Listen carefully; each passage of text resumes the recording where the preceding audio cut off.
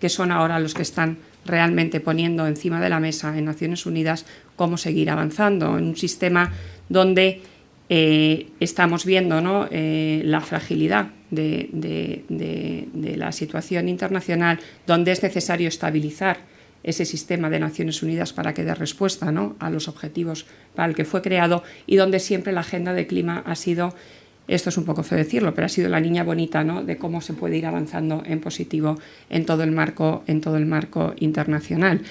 El liderazgo de la Unión Europea, como digo, se concreta, por tanto, en políticas que han sido claras, en políticas que han sido transversales y que han conseguido en los últimos años disminuir un 22% las emisiones de gases de efecto invernadero en el año 2017 respecto al año 1990, que es un cambio importante si analizamos, ¿no?, las diferentes crisis que se han ido sufriendo en la economía en esos años, mientras la economía ha crecido en ese mismo periodo un 58%. Este es el otro mensaje importante. Luchar contra el cambio climático no es sinónimo de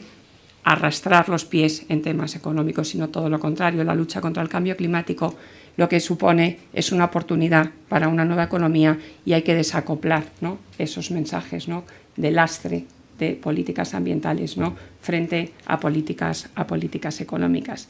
El marco ha tenido éxito por varias razones. Primero, porque planteaba objetivos vinculantes de reducción de emisiones. Había un objetivo claro, una meta clara a la que teníamos que dirigir, ¿no?, todos nuestros sectores. Para el año 2030, la Unión Europea dio un salto cuantitativo importante. Se planteó, en lugar del 20% de reducción que teníamos en el marco de Kioto, un 40% de reducción para el año 2030.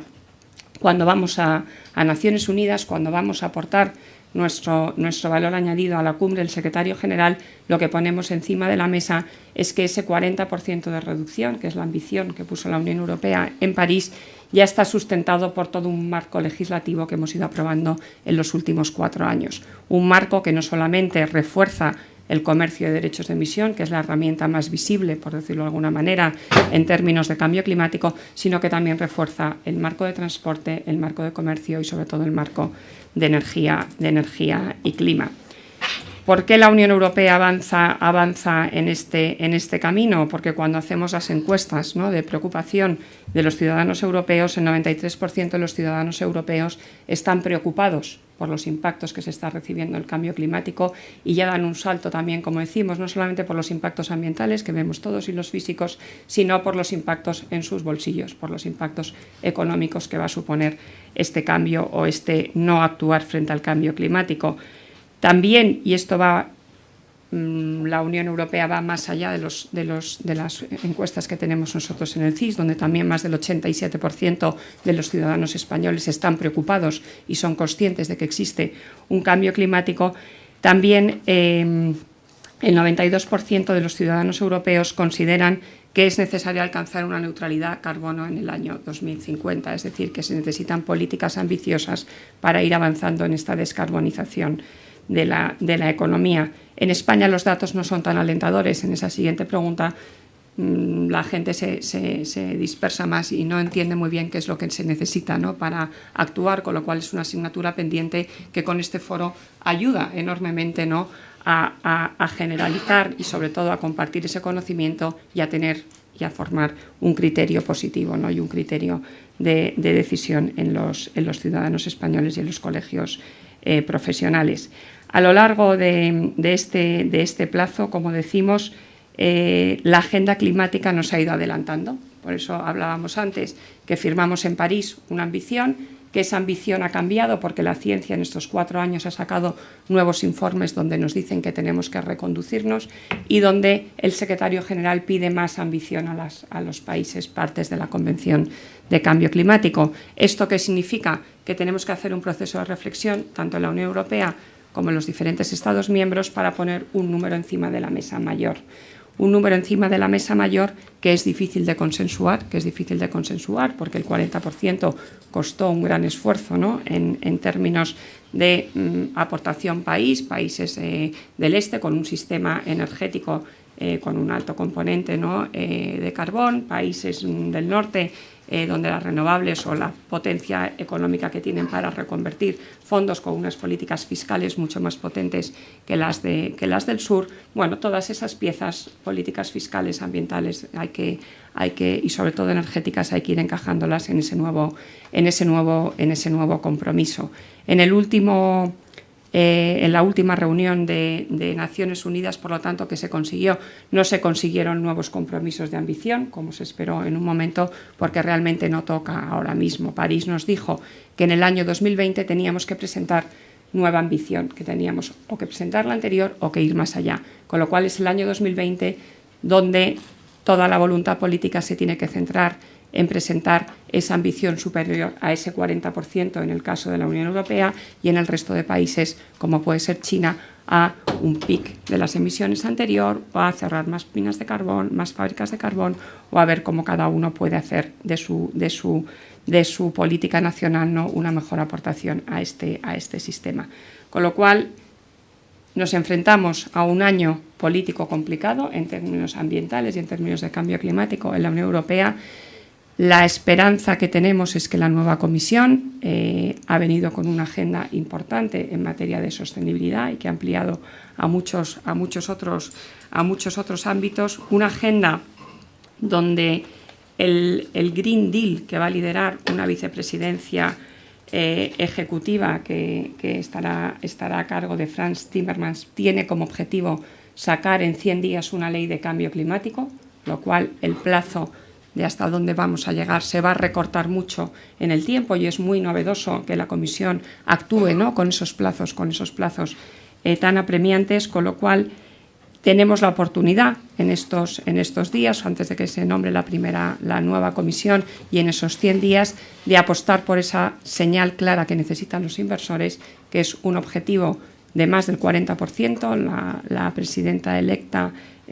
von der Leyen lo que pone encima de la mesa es un 50%, y esto es así. Alguien me mira con cara de susto, pero déjenme comentarles que con el marco que hemos dicho que tenemos para cumplir con el 40, nos ponemos ya casi en un 43-45% de reducción, siempre y cuando lo cumplamos, evidentemente. Hay que cumplir con toda la política energética que se ha puesto encima de la mesa, con los objetivos de eficiencia energética, con los objetivos de renovables, con los objetivos de transporte y con los objetivos industriales. Si realmente ponemos en marcha todo aquello que ya hemos cerrado con la anterior comisión, estaríamos entre un 43 y un 45% de reducción en el año 2020. No quiere decir que ese 5% o ese 55% que nos pide el secretario general de Naciones Unidas no sea realmente un reto importante donde hay que encajar todas las piezas y donde no podemos perder ni modernización, ni industrialización y sobre todo posicionamiento económico. Con lo cual, la nueva comisión no da marcha atrás, sino todo lo contrario. No nos importa o no nos afecta dónde estén el resto de países, sobre todo las grandes economías como Estados Unidos y China, y no es porque seamos inconscientes, es porque realmente la oportunidad será para aquellos que se sepan posicionar, porque incluidos los americanos tienen un movimiento que se llama We Are Still In, que supone más del 53% del PIB americano, que ya está trabajando en políticas y en medidas de cambio climático. Con lo cual, independientemente de la voluntad política del gobierno americano, la agenda del clima está tomando, ¿no?, posicionamiento importante en toda la agenda de desarrollo y en toda la agenda económica. Por eso el mensaje de la nueva Comisión es claro: es más sostenibilidad, es más clima para modernizar Europa y para reindustrializar toda nuestra región. ¿Cuáles son los elementos, ¿no?, más importantes de este nuevo Green Deal, ¿no?, que ha presentado la Unión Europea? El primero es obtener un objetivo de neutralidad climática en el año 2050.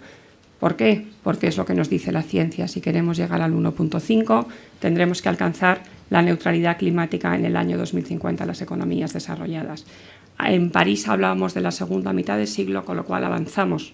en un marco temporal importante ese objetivo. Lo que hablábamos antes, la cumbre consiguió nuevos objetivos, 1,5 hacia donde nos tenemos que dirigir, 2050 como nuevo hito temporal para alcanzar la neutralidad climática, y la nueva Comisión quiere ser, ¿no?, la primera región neutra en carbono en el año 2050. Para conseguir esta neutralidad climática y hacerlo de una manera que sea sostenible y sostenida, es necesario que el objetivo del 2030 sea coherente con ese objetivo a largo plazo, con lo cual hay una llamada también a ampliar ese objetivo del menos 40% a un menos 50%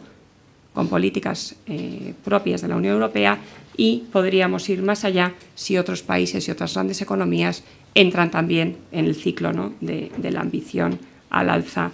como puede ser China o como puede ser Estados Unidos. ¿Por qué? Porque podemos unir ya sistemas de comercio de emisión. Tenemos una industria europea que está sometida a una internalización de precio de carbono. En ETS, el sistema de comercio de emisión en China está muy avanzado, pero si hacemos esos vínculos podríamos alcanzar esa reducción mayor, porque lo que busca, como decimos siempre, es reducir allí donde sea más eficiente desde un punto de vista ambiental y desde un punto de vista costo eficiente. El siguiente epígrafe importante que tiene el nuevo Green Deal y que va un poco más allá de lo que estábamos trabajando con la anterior comisión es la política fiscal, que es una de las grandes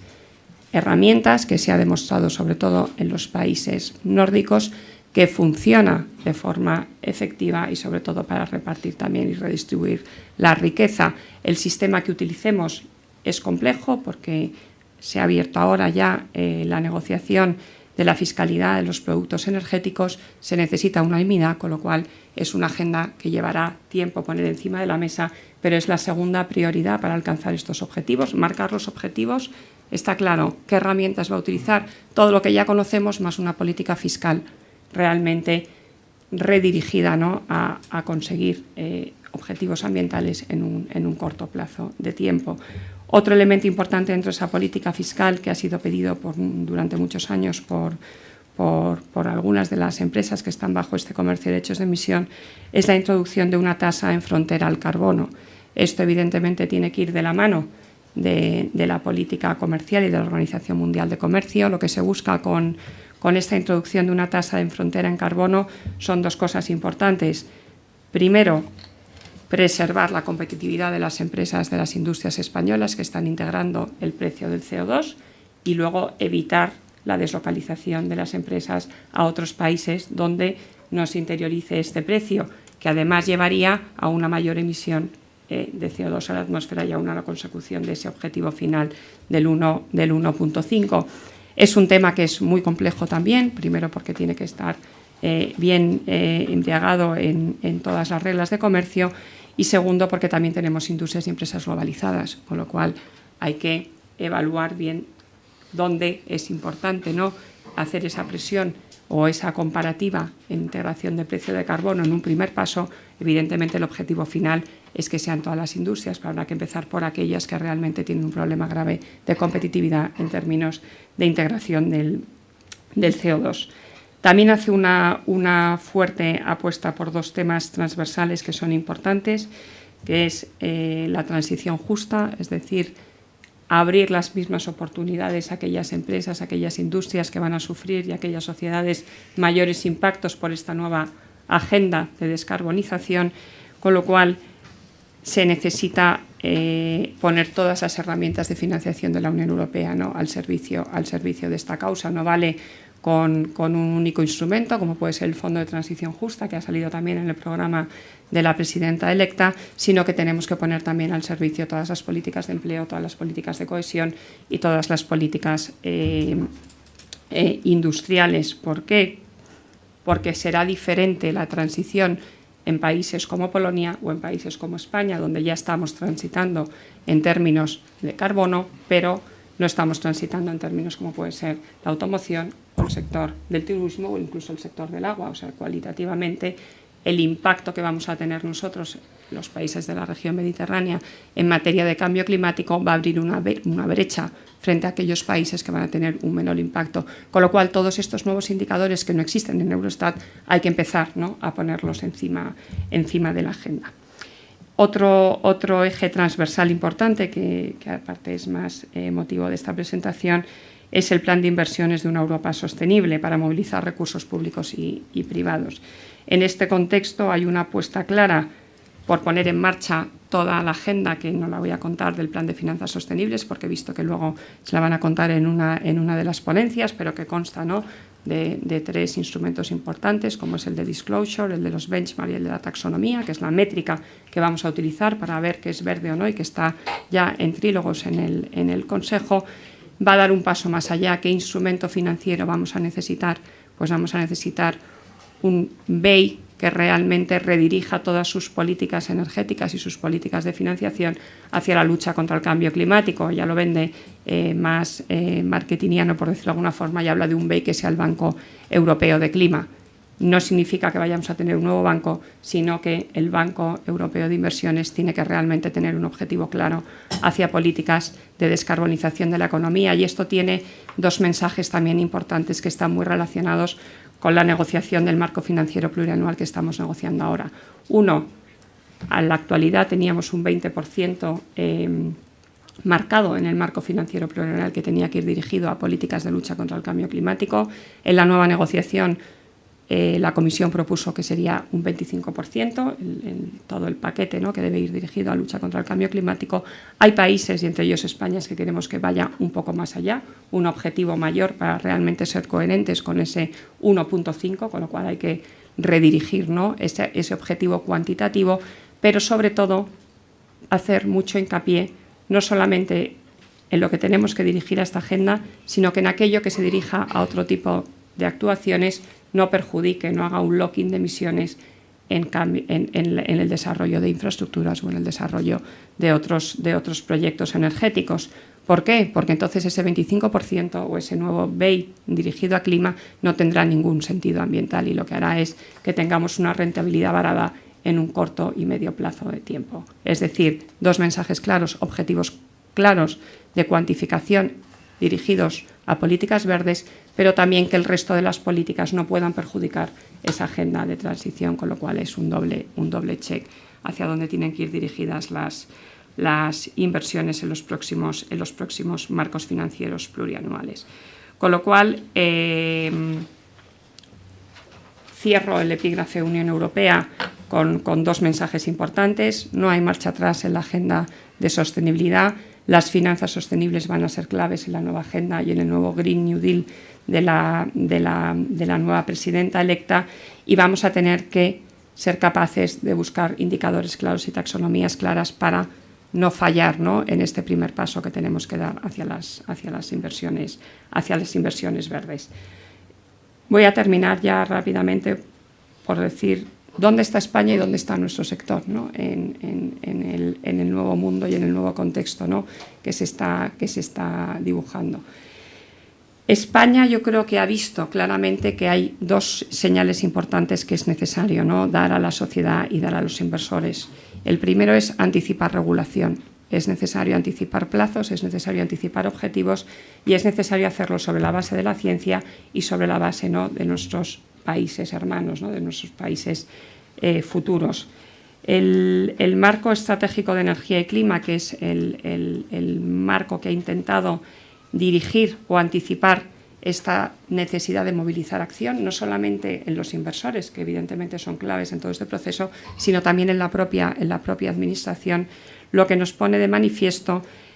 es que la acogida ha sido positiva. Hemos publicado un anteproyecto de ley de cambio climático que no ha llegado al Congreso por los vaivenes que hemos tenido en los últimos meses, un Plan Nacional Integrado de Energía y Clima que se presentó en fase borrador, pero que hay que mandar a Bruselas ahora y cumpliremos con el plazo de mandar el plan definitivo, y una estrategia de transición justa y de pobreza energética. Los comentarios que hemos recibido han sido siempre positivos y constructivos. Hemos recibido más de 2.000 alegaciones a los 3 instrumentos. Evidentemente, cada uno preserva su punto de interés y encaja dentro de la velocidad con la que se quiere hacer la transición, pero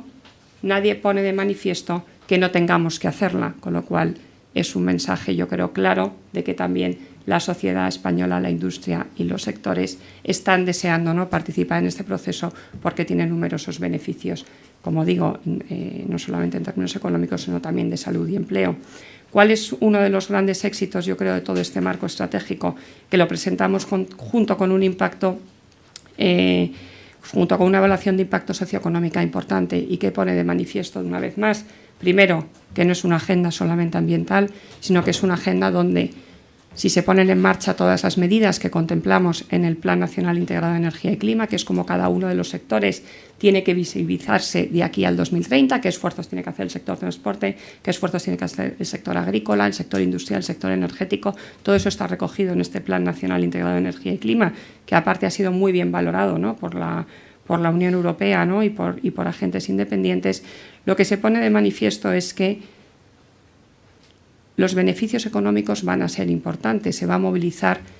un gran número de millones de inversión, más de 260.000 millones de inversión pública y privada. El 20% de esas estimaciones que hemos hecho de movilización de inversión tiene que ser pública de la mano también de los fondos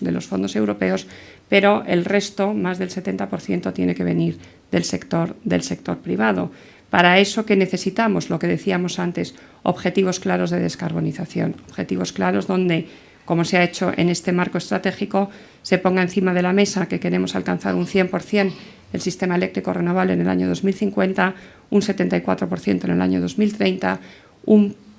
20% de reducción de emisiones de gases de efecto invernadero en el año 2030, que parece poco comparado con los términos que hemos hablado antes de un 40 y un 50 de la Unión Europea, pero que realmente lo que supone es que 1 de cada 3 de las emisiones que estamos ahora emitiendo tiene que desaparecer del sistema, con lo cual es un objetivo realmente ambicioso y que va a buscar, ¿no?, las complementariedades con el resto de políticas e instrumentos. La necesidad, ¿no?, de ir más allá realmente ha sido por lo que comentábamos antes, porque los beneficios económicos en términos de inversión son claros. Como decíamos, esa movilización de más de 236.000 millones en esa década. Los datos de empleo también son muy positivos, ahí hay más margen según los sectores, pero sí que hay claros beneficios de empleo, también alrededor de 200 a 350.000 puestos de nuevo empleo en las agendas verdes y también en los sectores industriales y en los sectores más afectados o más impactados por el cambio climático, no solamente en sector energético o en aquellos sectores donde está claramente la agenda verde ya pintada. Y luego también beneficios importantes en salud, se reduce mucho la mortalidad, sobre todo en las ciudades, si realmente ponemos en marcha todo este marco estratégico. Con lo cual, ese mensaje de ir más allá y de dar señales claras es porque todos los demás beneficios están contrastados y están bien evaluados en el plan y en el marco estratégico que hemos presentado. En relación a la ley de cambio climático, al anteproyecto de ley de cambio climático, que, como digo, pasó ya su trámite de audiencia pública, yo creo que es importante señalar la apuesta que hace el Gobierno por alinear la normativa española con la normativa de finanzas sostenibles de la Unión Europea y ir un paso más allá. Nos inspiramos en el modelo francés, en el artículo 173, que fueron pioneros en este proceso y que empezaron con muy poco conocimiento también de cómo iban a avanzar en esta agenda todo el sector financiero, pero poco a poco han ido construyendo ese camino. Y en este sentido integramos un artículo específico que me imagino que habrán podido ver en las audiencias públicas que ha tenido la ley, donde el sector privado, incluido sector privado, las entidades cuyos valores estén admitidos en la negociación en mercados regulados, entidades de créditos, entidades aseguradoras, reaseguradoras y también sociedades grandes, ¿no?, por razón de tamaño, para que no se vean tampoco, ¿no?, en una situación diferente al resto de sus homólogos, que incluyan dentro de sus obligaciones de información. Es cierto que ya existe la información no financiera, que está ya por su segundo año de informe, un informe que refleje claramente los riesgos financieros que tenemos de cara o respecto al cambio climático, no solamente por la exposición de su actividad a estos impactos en términos físicos, en términos también de políticas y regulatorios y en términos también de rentabilidad de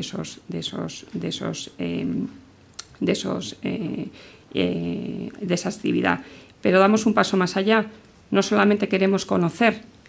dónde estamos, porque es un proceso de aprendizaje interno que es muy positivo, sino que queremos que se ponga encima de la mesa un nuevo plan, como decíamos, para que esas inversiones sean coherentes con el 1.5. ¿Esto qué quiere decir? Que en ese proceso de conocimiento interno, que yo creo que es muy positivo, porque afecta además al final a nuestra economía y a dónde se sitúan las inversiones en los próximos años, tengamos que tener en cuenta que es necesario descarbonizar todas nuestras carteras y descarbonizar todas nuestras inversiones. Esa obligación de información está recogida, como digo, en el anteproyecto de ley. El contenido de dicho informe no quiso ir más allá de lo que se estaba negociando en Bruselas, con lo cual lo que busca es cumplir con los criterios que se acordaron en el grupo de trabajo sobre divulgación de información financiera del G20. Y lo que sí que además añadimos, y esto fue un trabajo yo creo que también se hizo en todos los demás elementos del marco, el plan y la estrategia de transición justa, un trabajo que pone en valor cómo la colaboración de la Administración en esta agenda ha sido en positivo, cómo todos los departamentos ministeriales han trabajado en cada uno de los artículos de esta ley y sobre todo cómo un Consejo de Ministros ha dado el ok a una agenda tan transversal donde todos se ven apelados, ¿no?, a actuar y a integrar la variable de cambio climático. El resultado fue también que incluimos un artículo donde el Banco de España, la Comisión Nacional de Mercados de Valores, la Dirección General de Seguros y Fondos de Pensión, cada uno en el ámbito, evidentemente, de sus respectivas conferencias, van a elaborar, si entra en vigor esta ley, un informe conjunto, esta vez será cada 2 años, donde se evalúe, ¿no?, el riesgo para el sistema financiero español derivado del cambio climático y de las políticas que se están poniendo en marcha, evidentemente, para combatirlo, con lo cual la visión es dual. Otra vez, este artículo tuvo muy buena acogida, no solamente por los departamentos y por el Banco de España, que peleamos durante meses para conseguir la mejor redacción, sino porque realmente lo que buscamos también es generar ese conocimiento, es decir, tener ese informe que se presente además al Congreso de los Diputados nos ayuda a tener un debate, ¿no?, en positivo hacia dónde canalizar, ¿no?, nuestras inversiones. Termino ya diciendo que creo que estamos en un momento de transición donde todos tenemos mucho que aportar,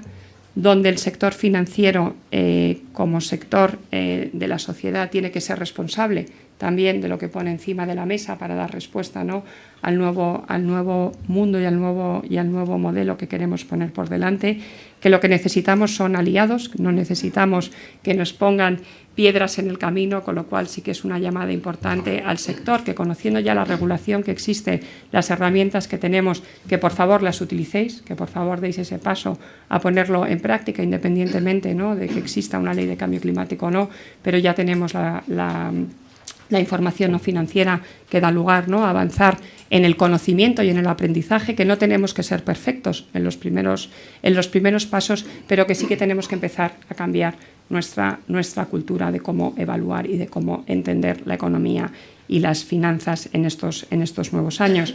En la próxima década van a ser determinantes los movimientos que hagamos, van a ser determinantes no solamente para aprovechar todas las oportunidades de los miles de trillones que anuncia, ¿no?, la OCDE, que va a generar las inversiones, ¿no?, y que esas infraestructuras tienen que ser sostenibles para evitar el coste de la no acción. El coste de la no acción es enorme, se estima en trillones también de millones de euros, no solamente pérdidas humanas, sino sobre todo pérdidas económicas. Las últimas evaluaciones que hay, ya no las proyecciones, dicen que los desastres que hemos tenido en el año 2017 debidos al clima solamente han provocado 320 billones de dólares americanos en pérdidas económicas, con lo cual no es un tema menor, hay que ponerlo encima de la mesa, y que las oportunidades que se ponen encima de la mesa, como digo, son 26 trillones de dólares adicionales de aquí a 2030, según el informe del New Climate Economy, y también en materia de empleo 24 millones nuevos, según la Organización Internacional de Trabajo, con lo cual la agenda está llena de oportunidades, cada uno tiene que encontrar la velocidad necesaria, pero es cierto que hay que acelerarla, y se tiene que acelerar siendo, como digo, asociados y al servicio de la nueva política de desarrollo sostenible, e intentando ir de la mano en coaliciones público-privadas para buscar esas complicidades que van a ser necesarias. Muchas gracias.